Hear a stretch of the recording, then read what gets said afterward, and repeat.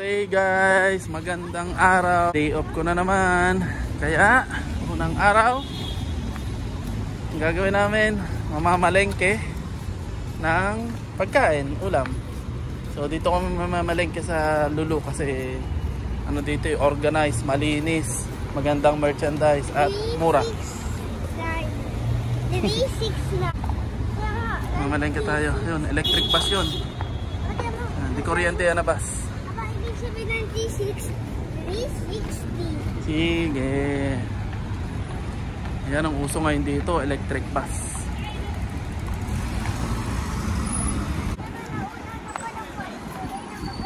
Dito kumain na kami nung isang gabi. Masarap din, isang grilled chicken. Masarap yung manok at saka yung kanin niya. Nung isang gabi kumain kami dyan. Okay din naman. Mura pa, 35, mayroon ng kanin at saka buong chicken. Okay, nandito na tayo.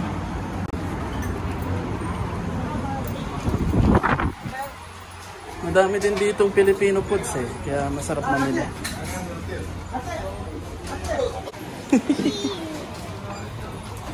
Guys.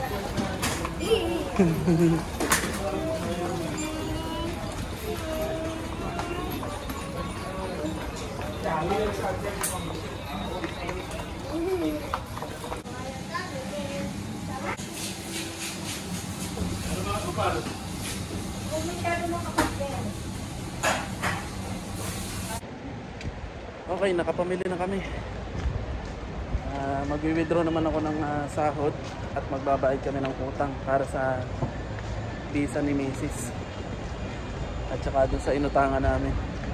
Okay, nandito na ulit kami sa bahay. Ito yung pinamili namin. Talong, isda, at saka manok. So, yun yung ulam namin. Okay. So mamaya na lang ulit kami lalabas. Ihatid namin si Sky sa school. Green, white, black. Ayun nga. Okay, papasok naman si Sky. Ihatid namin sa school.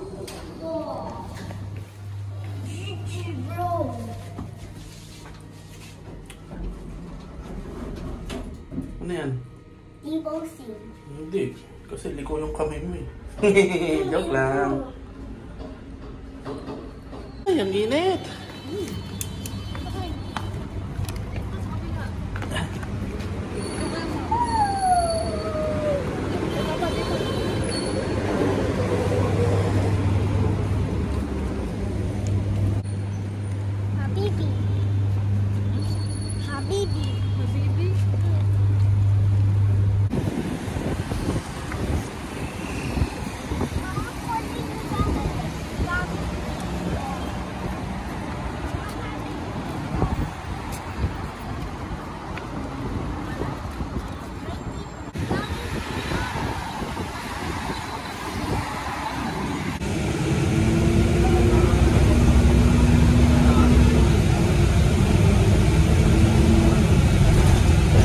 Okay, naihatid na namin si Sky sa school. So maggagala-gala muna kami ni Mrs.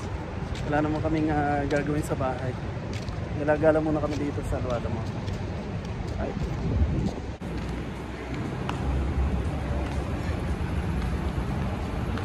Albike. Ay, yung mga basta pupuntang Dubai.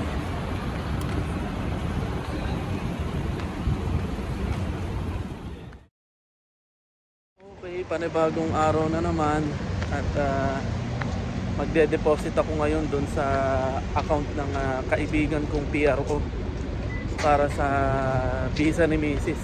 para matapos na. So once may Emirates ID na yung asawa ko, pwede na siya mag part-time. So magbabayad muna tayo ng pang visa niya. Kasama ko si Sky. Hi Sky. Doon tayo doon. Oo nga. Kasi ikaw, kinalimutan mo eh.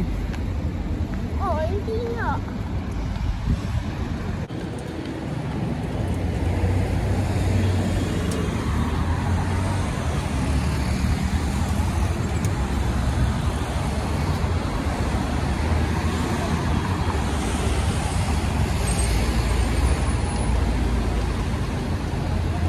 Okay na, nakapag-deposit na ako. So So ipoprocess na ng kaibigan kong PRO yung visa ni Mrs.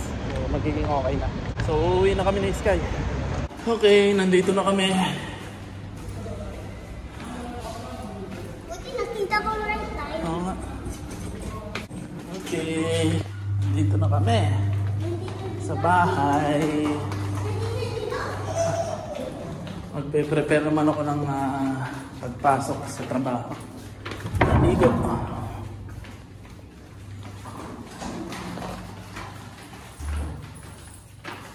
Okay, papasok na ulit tayo.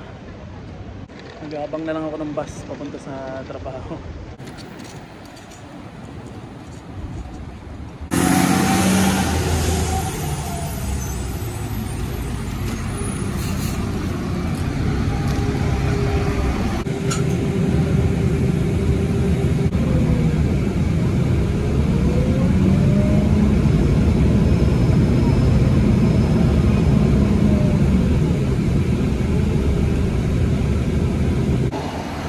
Okay, nandito na tayo.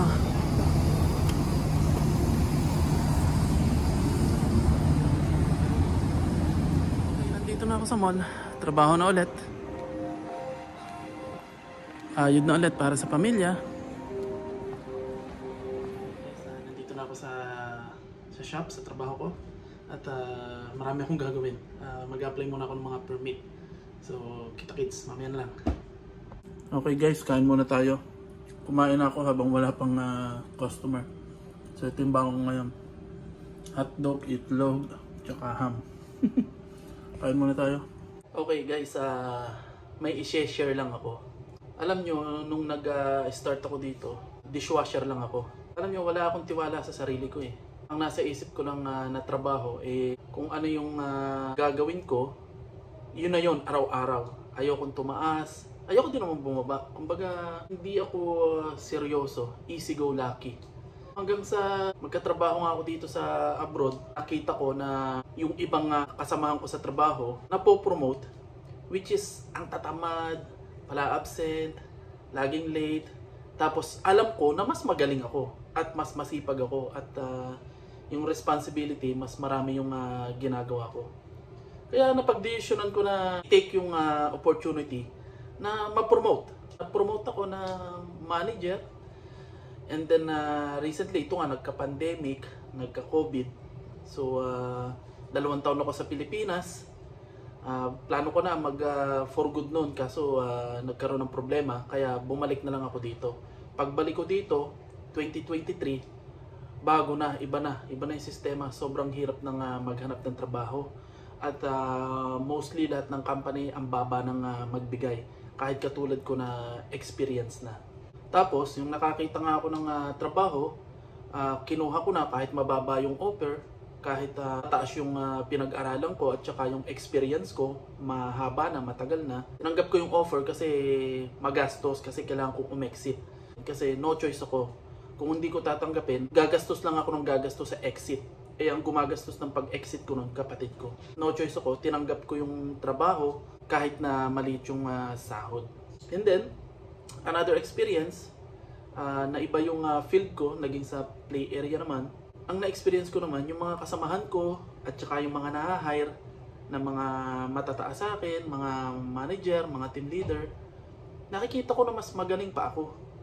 Mas may potential pa ako, mas sila pa yung tinuturuan ko, in terms of mga yung computer, reports, pagharap sa tao, sa customer, paano mag-handle ng customer, lahat ng bagay. Ako pa yung nagtuturo.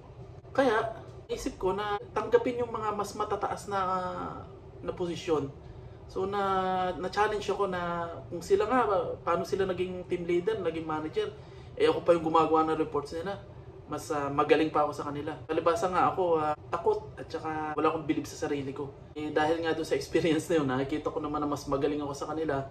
Ibang lahi man o Pilipino. Yun, at dahil sa kagustuhan kong i-challenge yung sarili ko, so naghanap ng trabaho. At luckily, at sinuwerte ako na nakita ko tong company na to. At kinuha ko lahat ng trabaho. As in, wala ditong management. Ako lang lahat ang gumagawa. Procurement, marketing, kung ano pa man yan. Operation, akin na lahat. Kinuha ko na lahat. Kasi gusto kong patunayan sa sarili ko na kaya ko pa ng mas mataas. Yun, so gusto ko naman masubukan yung next level na manager. At gusto ko subukan yung sarili ko. Kasi nga nakikita ko yung iba na matataas, mga naka-coat, mga mga disenteng-disente. Gusto ko maranasan yun. Anong feeling ng ganong posisyon, anong feeling ba talaga ng mga sa ganon, na curious ako. So gusto kong subukan yung sarili ko ngayon sa mas mataas pa, mga napakataas. Kasi yung mga nakikita ko, magagaling pa ako eh. Doon ako na sa sarili ko. Kung wala akong tiwala sa sarili ko, ngayon naman gusto kong i-challenge yung sarili ko kung kaya ko nga ba talaga. Tingnan ko, mapapatunayan ko ngayon. Hopefully, maging maganda yung future ko dito at maging maganda yung flow ng career ko dito sa bago kong company.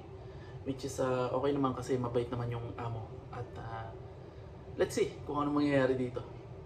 So hopefully maging maganda. At maganda naman kasi ako yung kumukuha ng mga tao, nakakatulong ako sa mga kababayan natin. At marami na ako natulungan at naipasok dito. Hindi lang dito sa company ito. Sa mga previous company ko, malakas din ako dun sa amo ko dahil sa performance ko. Napakarami ko na rin natulungan na ipasok sa trabaho. So mamaya na lang ulit. Okay guys, linis-linis na tayo kasi wala nang customer. At maya-maya closing na rin kami.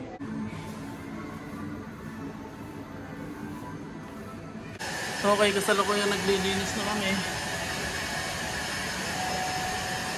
So, pagkatapos namin maglinis, uwi na kami. Okay na yun, nabacuum ko na lahat. May bisita nga pala pa yung aking mag-ina. Aking bisita. Ayan, si Kulit. Nakita mo? Papa, ang kulay na plastic? Nandun sa baon na ni Papa, nasa bag na. Mamaya na, hiya mo na. Okay. Sige. Bisita ko, ang kulit. Okay, pauwi na kami. Kasama ko yung dalawang bisita. Pauwi na kami. Wala masyadong customer. Papante.